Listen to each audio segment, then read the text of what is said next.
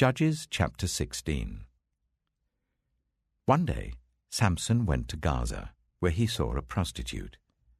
He went in to spend the night with her. The people of Gaza were told, "Samson is here."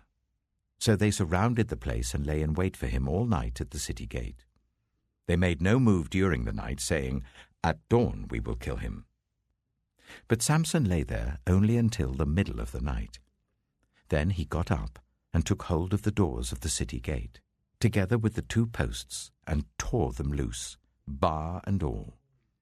He lifted them to his shoulders and carried them to the top of the hill that faces Hebron. Some time later, he fell in love with a woman in the valley of Suchet, whose name was Delilah.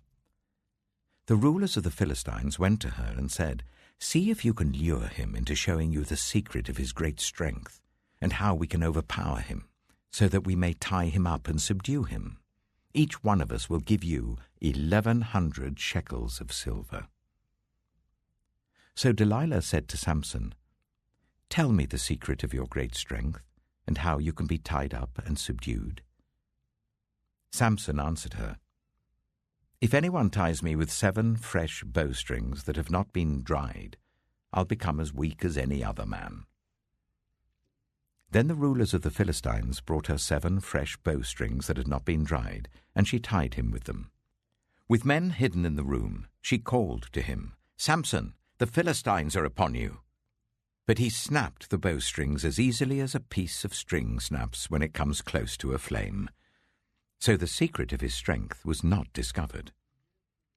Then Delilah said to Samson, "You've made a fool of me. You lied to me. Come now, tell me how you can be tied." He said, "If anyone ties me securely with new ropes that have never been used, I'll become as weak as any other man."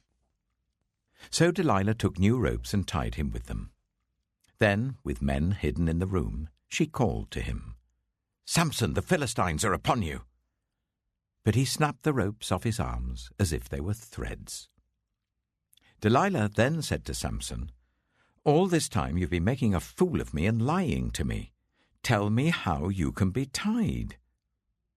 He replied, "If you weave the 7 braids of my head into the fabric on the loom and tighten it with a pin, I'll become as weak as any other man." So while he was sleeping, Delilah took the 7 braids of his head, wove them into the fabric and tightened it with a pin. Again she called to him, "Samson, the Philistines are upon you." He woke from his sleep and pulled up the pin and the loom with the fabric. Then she said to him, "How can you say, 'I love you,' when you won't confide in me? This is the 3rd time you've made a fool of me and haven't told me the secret of your great strength." With such nagging, she prodded him day after day until he was sick to death of it. So he told her everything. "No razor has ever been used on my head," he said, "because I've been a Nazirite dedicated to God from my mother's womb. If my head was shaved, my strength would leave me, and I would become as weak as any other man." When Delilah saw that he had told her everything, she sent word to the rulers of the Philistines, "Come back once more. He has told me everything." So the rulers of the Philistines returned with the silver in their hands. After putting him to sleep on her lap, she called for someone to shave off the 7 braids of his hair, and so began to subdue him. And his strength left him.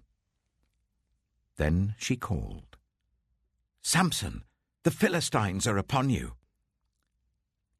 He woke from his sleep and thought, "I'll go out as before and shake myself free." But he did not know that the Lord had left him.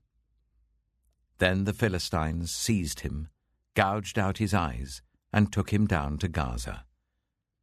Binding him with bronze shackles, they set him to grinding corn in the prison.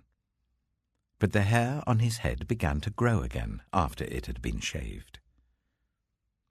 Now the rulers of the Philistines assembled to offer a great sacrifice to Dagon, their god, and to celebrate, saying, "Our God has delivered Samson, our enemy, into our hands."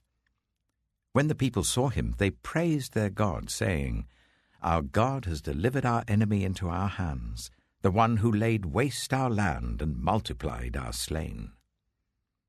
While they were in high spirits, they shouted, "Bring out Samson to entertain us." So they called Samson out of the prison, and he performed for them.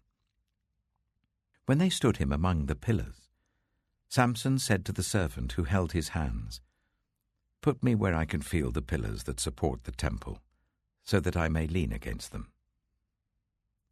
Now the temple was crowded with men and women. All the rulers of the Philistines were there, and on the roof were about 3,000 men and women watching Samson perform. Then Samson prayed to the Lord, "Sovereign Lord, remember me. Please, God, strengthen me just once more, and let me with one blow get revenge on the Philistines for my 2 eyes." Then Samson reached towards the 2 central pillars on which the temple stood. Bracing himself against them, his right hand on the one and his left hand on the other, Samson said, "Let me die with the Philistines." Then he pushed with all his might, and down came the temple on the rulers and all the people in it. Thus he killed many more when he died than when he lived. Then his brothers and his father's whole family went down to get him. They brought him back and buried him between Zorah and Eshtaol, in the tomb of Manoah his father. He had led Israel for 20 years.